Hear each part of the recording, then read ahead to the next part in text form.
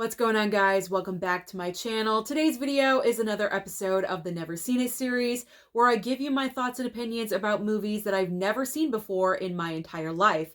Do I love them? Do I hate them? But most importantly, do I recommend them to you? There's always a best and there's always a worst. Everything else kind of just falls in between. So the movies that I'm about to share with you today are all Christmas films. Classic Christmas horror, nostalgic Christmas, anything Christmas I have in this pile. And I am so happy to finally be filming this video because these movies have been sitting across from me for a couple of weeks now, and I've been dying to put them away because I just want Christmas to be done and over with. I'm so ready to move on to the next holiday. What is it, Valentine's Day? Not a big holiday to me, but I'm ready to move on from Christmas. So let's just jump right on in. Which movie do I consider to be the best or I enjoyed the most from all of the movies sitting next to me? This may surprise you, but my choice is Better Watch Out. Now, with this movie, I had no preconceived notion of what this was about. I was completely ignorant. All I knew was home invasion. It's a home invasion film. You have two kids or a babysitter and a kid. He's like 12, 13. I mean, he doesn't really need a babysitter at this point, but whatever. So you have like this 12, 13-year-old kid. His babysitter comes over. It's the Christmas holiday, obviously, you know, nicely decorated house and everything. Parents go off to their party or whatever they're doing. And then a home invasion occurs. That's all I knew about this movie. So I popped it in. And when I tell you, I did not see this twist coming. Not at all. Not at all. One of the biggest surprises I've ever had watching a movie. I'm not going to get into full-on detail because I don't want to spoil that for you, just in case you have not seen this movie. I hate when people spoil films for me, so I don't want to do that to you guys. All I could say is I do recommend it because this little kid's performance right here really got me invested, should I say, in the movie. I was being very vocal with my reactions to this kid right here. And it's one of those movies you just have to see to believe. But I thought it was really good. And because of the twist that I did not see coming, that's the reason why this was the best movie experience out of all of these films. So Better Watch Out. I'm not sure if I'll put it into the yearly Christmas rotation of movies to watch, but it was definitely a surprise because I did not see where this was going to go at all whatsoever, and where you thought it was going, and then they like twisted it again. So it was good. It was a good buy. I'm happy I picked it up. Okay, next on my list is Silent Night. This is a movie, shocker, all about a killer Santa. We have him right here on the cover. Now, with this film, I was having a lot of fun with it for the first half of the movie. And then personally for me, it started falling apart when we got about midway. And it kind of felt like they didn't really know what to do with the script and the ending. It was kind of like cut and paste. Like, we need an ending. What are we going to do? Let's just create this little montage and slap it on to the end, and we're done. So that was the little disappointing factor of the movie, but the first half, I was going with it. I was rolling with it. I was having a good time with it, and I accepted it. I know it's not like the best movie on the planet. I had zero expectations for this movie, but I only paid $5 or $6.99 for it at Best Buy, so what do you expect? I mean, I wasn't expecting anything super fantastic and life-changing, but I mean, I just wish it was consistent the entire way through, because if it was, wow, it would have been like one of those movies that I was highly impressed with. But because it was so kind of like lost in the second half and cut and paste, it's getting like it was all right. It was all right. It was like, meh, it was okay. It was all right. Silent Night, meh. One of those. It was one of those. It's kind of hard to describe, but that's where Silent Night falls for me. So, but I enjoyed it. I enjoyed it for what it was. I had a good time with the first half. Okay, so let's move away from horror for a second and go with The Man Who Invented Christmas. Now, this movie has been in my collection for about 2 years, and this year I vowed I am watching this movie because a subscriber sent this to me. I really wanted to check it out. The entire premise of the film is Dan Stevens right here plays Charles Dickens in this film. And Charles Dickens, as we know, wrote A Christmas Carol. He had previous success with what, Oliver or something like that? I think he wrote Oliver, and then he had like kind of a downward spiral where he tried writing other things and they weren't as successful as Oliver. So he's trying to think of his next piece of work that he wants to create, and he's very insecure. He's having trouble, but then he gets the bright idea to create A Christmas Carol. So this is what the movie's all about. And I really enjoyed this. I thought it was very whimsical and just cute and fun and inspiring. Just like everything positive. Everything positive about this film. Nothing negative. I think this movie is very underrated. I don't think a lot of people know about this movie. Dan Stevens, as I said, who plays Charles Dickens, he gives a lot of Hugh Grant vibes in this movie. I'm not really sure if I'm the only person that has ever thought that, but Hugh Grant, like, he even kind of looks like Hugh Grant. If you look like really quick like that, it could be Hugh Grant. But anyway, just, moving away from that, I really enjoyed this film. I thought it was good, solid movie, and it's a great Christmas alternative if you're tired of watching the usual Christmas films like Christmas Vacation or Home Alone, Jingle All the Way. You want something a little bit different. This is a great option. So I highly recommend this one. I think this is one of the most severely underrated Christmas movies out there. So I really do recommend, especially if you love A Christmas Carol like I do, then you're really going to enjoy this movie. Okay. Another classic film, we have The Bishop's Wife. I am loving the classic movies, the black and white films. I'm currently watching Hitchcock films right now and having a blast. Mama Blu-ray is loving it as well. But getting back to The Bishop's Wife, we have Cary Grant right here, who plays an angel in the movie. This is a black and white film. I forgot if I mentioned that already. Black and white movie. And who's this? Loretta Young. I've never seen her, I don't think, in any other movie before. So she was a delight as well. And Cary Grant isn't can I talk today? Cary Grant plays an angel. There we go. And he kind of infiltrates into this family's life and tries to fix the problems that they're having the best way he knows how. And he develops a very close relationship with, what's her name? Loretta Young. Loretta Young's, sorry, I forgot her name. He develops a very close relationship and bond with Loretta Young's character.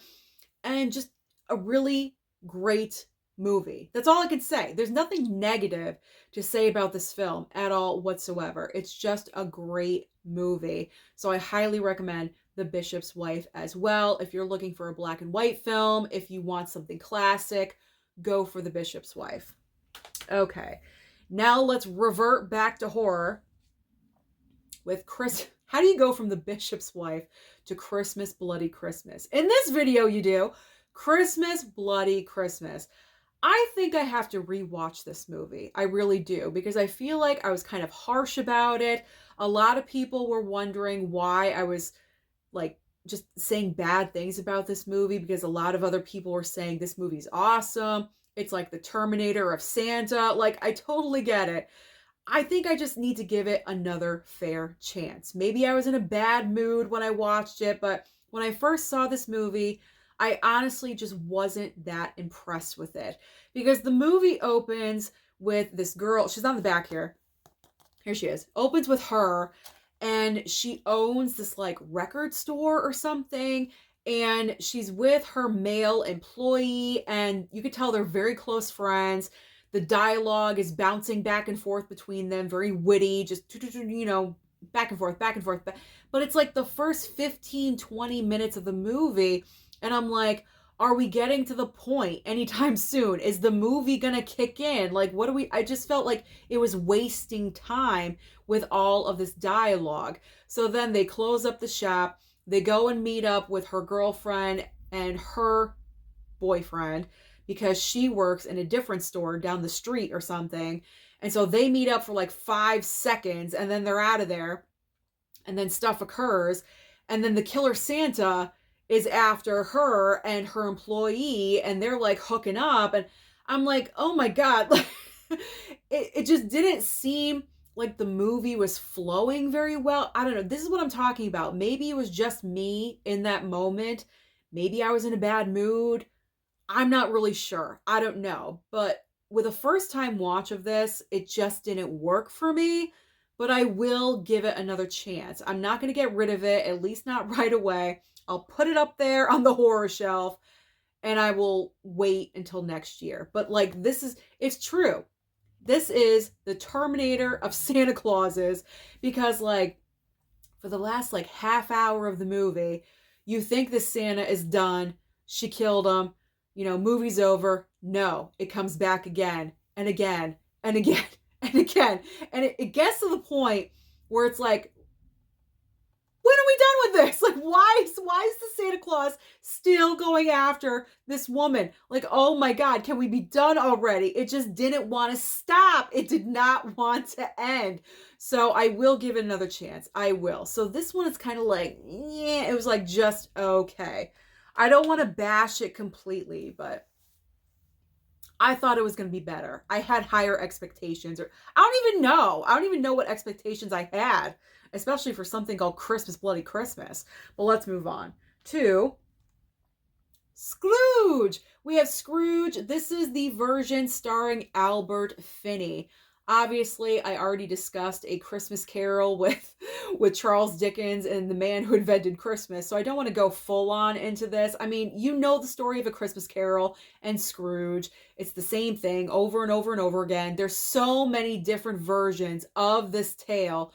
It is ridiculous. I mean, we have Jim Carrey animation version, we have this, we have the Muppets. Like, there's so many different versions of A Christmas Carol. But I have to say, out of the different variations that I've seen so far, this one is right up there at the top. Albert Finney just plays a great Scrooge, and it's just so believable, and he was just so good.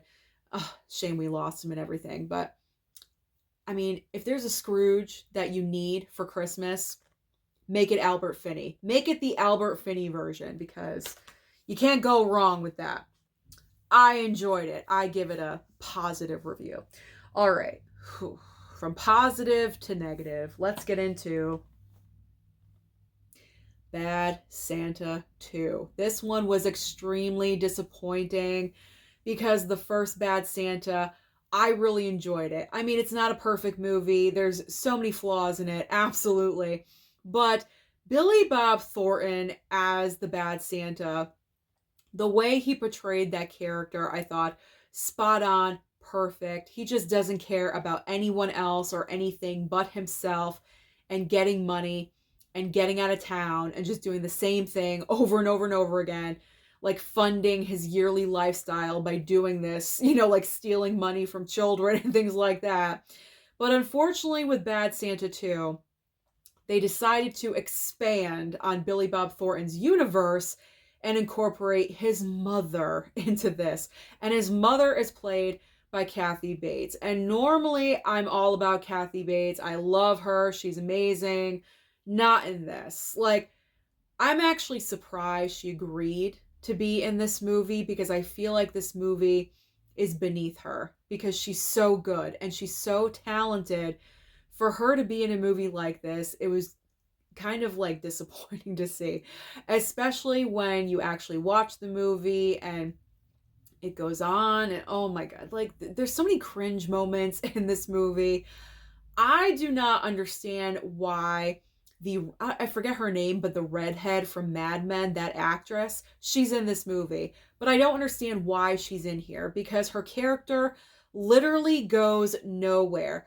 Pretty much she's a substitute for the first girl in the first Bad Santa movie, what's her name, Lauren Graham or something, I can't remember names, but the girl that he's stooping in the first movie, The redhead in this film is pretty much a substitute for that actress because I don't know if she just didn't want to come back. I don't know if they just wanted to have a different character. It's useless and it's pointless because she brings nothing to the movie at all whatsoever. You could have completely taken her out of this film and it would have been the same movie. No problem. You did not need her in here. She was put in there because she has big you know what's, because you know who I'm referring to, and they needed this movie to be just a little bit more crude and classless. So I think that's why they tossed her in there. And then you have this guy, this character is back teaming up. Why would Billy Bob Thornton even trust him at all, considering what happened at the end of the first film? And then I thought the most useless character was the kid. The kid from the first film. Why is he back in the second? I have a lot to say about Bad Santa 2 apparently, but I had so many nitpicks about this movie. I understand why the kid was in the first film. He's kind of like the redeeming light for Billy Bob Thornton just a little bit, but to bring him back for the second film was just stupid. They should have just focused on him and Kathy Bates with his, him and his mom, pulling off the heist with, him right here, and that's it. You don't need the kid who's now like a teenager and he's still like completely clueless. He didn't evolve at all as a character. It was just frustrating. So I was just disappointed with this movie overall. Definitely not going to watch it for a while. Don't need to. And it's a shame because you hate to say you enjoy the first movie, but I mean, it's not bad. I mean, it is bad, but bad in a good way. And this is just bad. This is just a bad movie and definitely beneath Kathy Bates. So you don't need this. You don't need Bad Santa 2. You can just scratch it off your list. You don't need to pick that one up. All right, let's get into another classic film. White Christmas. Can you believe that I've never seen White Christmas before? This is crazy. So, excuse me. I'm trying to catch my breath and gain my thought at the same time. So, and swallow. All right. White Christmas. Let's get into this. Never mind what I just said. White Christmas. Enjoyed it. I thought it was very, very wholesome. And that's what you need at Christmas time. Yes, it's nice to watch Christmas horror movies and, just watch those classic films that we grew up with. Like I said, Elf, Christmas Vacation, Home Alone. But you need the wholesome movies like this as well. You have Bing Crosby and Danny Kaye. They're in the war at the start of the movie. And then once they get out of the war, they become entertainers. They're like a duo of entertainers. And they become very, very successful. And then they come across another duo that's sisters. They're sisters and they perform the exact same way that Danny Kaye and Bing Crosby do. And they kind of like join forces and decide to go up to Vermont, and they discover that in Vermont, the inn that they're going to perform at is owned by, what is it, the former general? Yeah, their old army general that they, were under. He owns this inn and it's in financial trouble, so it's them trying to, help the general and things like that. I mean, how wholesome can you get? How wholesome and kind-hearted, how more kind-hearted can you get in a movie? So if you're just in the mood for something that's going to just make you feel good all over, White Christmas. White Christmas. Loved it. We'll watch it again. Definitely. All right. Sorry about that whole awkward, I don't know. I don't know what I was doing. Okay. I was trying to breathe and swallow and, you know what I'm saying? Like, sometimes you have problems. And I just happen to have a problem on camera. But you know what? We power through. We power through when we're making videos because we don't want to roll 2,000 times. Okay. So the next three, I'm just going to talk about all at one time because I would say the same thing about every single one of these movies. So we're just going to talk about the Rankin Bass movies all at the same time. So Frosty the Snowman, Rudolph the Red-Nosed Reindeer, and Santa Claus is Coming to Town. Now, these I received last year. Here we go. All three of these I received last year for Christmas as gifts from my mom. So I did not get the chance to watch them last year. So I decided next year, meaning this past, I was definitely going to sit down and watch them. And I did. This is pure nostalgia for me. All of these I remember being on CBS when I was a little girl. And that back then, if you missed these on TV, that was it. You had to be in front of the television at 8:30 on Sunday night or whenever they decide to air these. Otherwise, you missed them and you could not see them for another year. I mean, these right here, Rankin Bass was like an institution. They have so many different kinds of little movies like this and little short specials. They're just they're so important and so nostalgic for people my age group. So to have these on physical media is great. I wish they would do everything with a 4K because all of these looked really nice, really sharp, really amazing. I think the best looking one was Rudolph. Rudolph, I noticed there was like a significant upgrade with this 4K. So definitely pick up the Rudolph, but I would recommend all of these, especially if you're around my age group. You know what I'm talking about, CBS 8:30 watching these, otherwise you missed it. I mean, these are Christmas staples, they're classics, and they're going to live for all time in 4K. So, I mean, they stand on their own. They are amazing, and you need them. Just pick them up on sale. I'd forgotten how short Frosty the Snowman is. I'd completely forgotten. It's only like 20 minutes long. That's it. Don't pay over $20 for something that's only 20 minutes long. Pick these up on sale. Buy them on sale. All right. We only have 3 items left. What do you think is at the bottom? Well, if you saw the thumbnail, you probably know it's at the bottom. Okay, let's just move on to Silent Night, Deadly Night, Part 2. Part 2. Okay, so I have seen this movie before, but it's been a couple of years and I pretty much forgot anything about this movie. So I considered it a first time watch all over again. I've seen the first film, Silent Night, Deadly Night, a couple of times. So I'm solid with that one. I know the plot line. I know what's happening, naughty and the Santa killing everyone that's naughty and bad. He has, church issues and Santa issues. He's got a lot of issues going on in that movie. So Silent Night, Deadly Night Part 2 picks up with the younger brother because the main character, the killer Santa in the first movie, has a younger brother. This kid right here, this kid right here. This is the younger brother. The huge problem with this movie, though, is I don't think they knew they wanted a sequel, but they didn't know how to execute it because half of this movie is flashbacks of the first film. I am not even kidding you. When I was watching this for the very first time, like 2 years ago, I was like, isn't this the first film? I was so confused. I've never experienced that where you have a sequel and they're just showing clips, clip after clip after clip from the first film and just incorporating it like this is the movie. No, that's the first movie. It's not the sequel. So I just felt like they didn't know what to do or where to go with this. And this guy's performance is crap. It's absolute garbage. The acting is miserable. It's horrible. Pretty much you have this guy right here who is the younger brother taking up the mantle, and he's now, the killer person, whatever. And throughout the movie, he's talking to, a psychologist or something about this, and he's like recalling his memories and everything.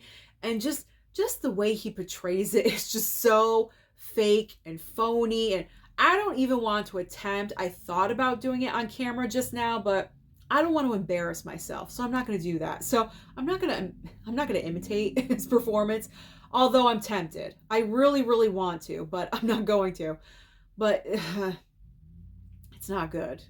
It's not good. It's not good at all. If you want, this isn't even cheesy Velveeta good. This is cheesy Velveeta garbage. And we all know in this movie, it's garbage day or whatever it is. So it fits. It really does fit. This is not good. You don't need this. You really don't need any of the Silent Nights except for the first one. That's it. If you want any of them, go for the first one. That's all. But, I can't learn from my mistakes because we have the Silent Night, Deadly Night 3 film collection with 3, 4, and 5. Okay, let's talk about these separately, but I'm going to be very quick about it. I'm not going to linger at all whatsoever. So the third movie pretty much continues on with the brother from the second film. But what is the word that summarizes this entire franchise is ridiculous. Every single movie is ridiculous in its own little way, its own precious little way. So the third film focuses on the brother and some girl that's blind that has like psychic tendencies. And in the third movie, the brother is in a coma. Can we just get a close-up on? This is him. Do you see what's on his head? Do you see this? That's his brain. That's his brain in it looks like a clear bowl, like a clear salad bowl on top of his head. That's his brain right there with like this band that goes all the way around, and it looks so severely uncomfortable. I would not want to wear that throughout the entire shooting of this movie. I would be like, no, this is so awful and horrible. Oh my gosh. So somehow, some way, the blind chick and brother here are like psychically connected, I think. So he finds her, and at least in this movie, Christmas is in there. Like they're going to see their grandmother for Christmas in this movie. The house is decorated, so you got the Christmas elements and everything's in there. But the entire plot line is just so god awful. It's just so stupid. And this look right here is just so gosh darn dumb. So then you have the fourth movie, and they all have like their little titles underneath. So the third movie is Better Watch Out. Yeah, this. Better watch out of that, because it looks like hamburger in a mixing bowl in there. It just looks totally awful. The fourth movie is called Initiation. Yeah, Initiation. I can't read. And that movie has Clint Howard, who is Ron Howard's younger brother. You've seen him in so many movies. He cameos in a whole bunch of films. Well, he's in Silent Night, Deadly Night Part 4. I can't even remember this movie. Out of all of these, this is the worst. Part 4 was the worst for me. I think I fell asleep during it. I don't remember the plot line at all. I know there's like a woman who falls off the top of a roof. She's on fire. And then this other chick who's like the main girl of the movie works for a newspaper. She wants to do the story on it, but they, oh no, you're a female. You can't do that story. Like that kind of attitude at the paper. She wants to do an article. They won't let her. So she goes off on her own. That's all I remember. That's it. That's all I know about this movie. I don't remember anything else. So very insignificant. That's what they should call it. Silent Night, Deadly Night 4, insignificant, because I don't remember anything. But then, last but not least, you have Silent Night, Deadly Night 5, The Toy Maker. And the Toy Maker is played by Mickey Rooney. Mickey Rooney. See, he's right there. Right there. At one time, Mickey Rooney was the biggest star in the world. He worked with Judy Garland. We're talking Hollywood legend, Hollywood royalty. In Silent Night, Deadly Night 5, The Toy Maker. I mean, anything for a paycheck, right? Anything for a paycheck. So he pretty much plays this like psychotic toy maker that is reworking the toys to kill kids. I mean, that's an interesting concept. I will give you that. And I mean, that's way better than Part 4, because at least I can tell you the plot line and what's going on.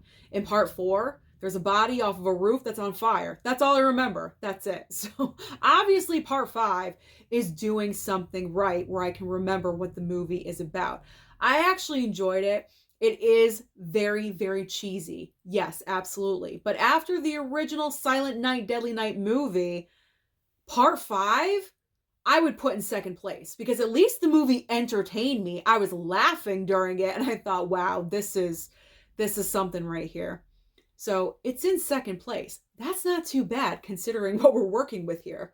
But if you don't have the first two, you don't need this. You don't need this one either. I collect Vestron, and you know me with franchises. I collect. I mean, it's cheap enough. It was only $11.99. I don't really regret it. It's cheesy fun. It's cheesy Velveeta fun. You know, it's one of those. Maybe a little bit of regret, but the price point was so cheap, I can't really say that it is. Okay, so now we have gotten to the bottom of the barrel. What was the worst of the worst for my Christmas stack? Well, I believe this movie was sent to me. And first off, I just want to say I appreciate anything that comes my way.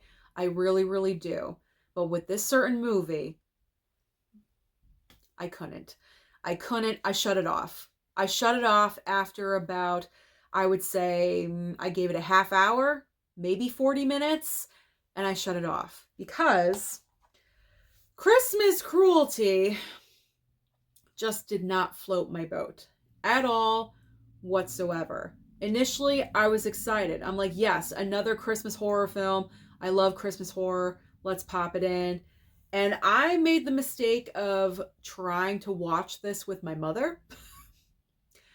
No, I should not have done that. Now, granted, she was kind of on her iPad and watching at the same time because this was the movie number 2, you know. So movie number 2 of the night, Mom doesn't really pay attention if she doesn't want to. However, what was happening in front of us, she couldn't help but pay attention to. Within the first, I would say 20 to 30 seconds of this movie, you have a man physically assaulting a woman. And when I say that, you should know what I mean. It rhymes with grape. You have that within the first 20 seconds of this film happening. And then you have the camera pans over and you have all these other family members around her dead because he obviously killed all said family members. But then, as if attacking a woman is not enough. I mean, I've watched scenes like that, you know, in numerous movies. I'm not completely shocked by that. I know it happens. But I draw the line, really draw the line, at taking violence against an infant, a crying infant, where this is happening, and when he's done, the man goes over to the baby and proceeds to kill it. No, I can't co-sign with that. I can't. Even Michael Myers has a line. I believe it was in Halloween 2018 when he's going through the neighborhood and he goes through that house and he grabs his butcher knife and he's going through and they have a crying baby in a crib. Michael Myers goes over there, looks in the crib, sees it's a baby, and moves on. You don't see him slaughtering an infant like you did in this. I mean, you don't see it, but you see the intention of it.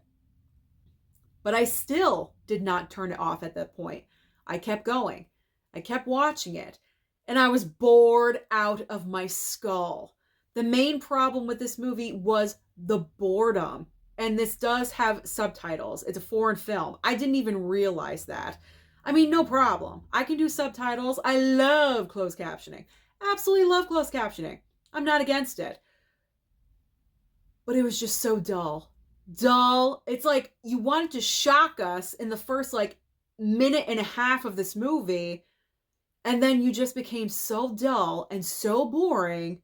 I just did not know what to do with you. And I just came to the conclusion, I gotta shut this shit off because I can't stand it. I could not stand it. So I'm not giving this another chance because that opening sequence really turned me off. I mean, there's a difference. You don't open with that. That's a very strong opening. I mean, if you're leading up to something, I could like prepare myself and like, oh, it's going to happen. Oh, they're going to go there. No, there was no warning at all whatsoever. I cannot co-sign with Christmas Cruelty. I apologize to whoever sent this my way. I can't do it. I'm sorry. Like, I think it's bad juju. Like, it's leaving my collection. I'm not keeping this. So because of that, because I shut it off, because of the violence factor, because of everything, I had to throw it across the room. So that is everything that I watched in December for Never Seen It Christmas films. So comment down below and let me know what you've been watching lately. That really hit my door. Don't forget to like and subscribe before you leave, and I'll see you next time.